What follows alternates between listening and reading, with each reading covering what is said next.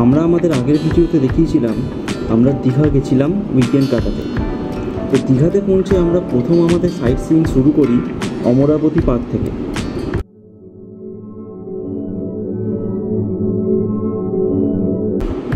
আমাদের ইচ্ছা ছিল অমরাবতী পার্কের রোপওয়ে রাইড করার, কিন্তু ওখানে যেয়ে জানতে পারি রোপওয়ের কিছু মেনটেনেন্স কাজের জন্য রোপওয়ে রাইড বন্ধ আছে এবং আগামী কিছুদিন এই রাইড বন্ধ থাকবে।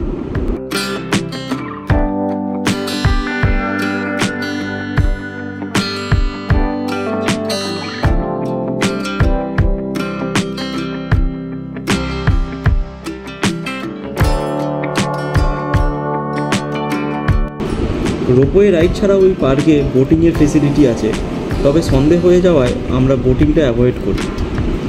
পার্কের মধ্যে এক কোণে একটি র্যাবিট হাউস বানানো আছে, যেখানে অনেক খরগোশ রাখা আছে, দেখে বেশ ভালো লাগছিল।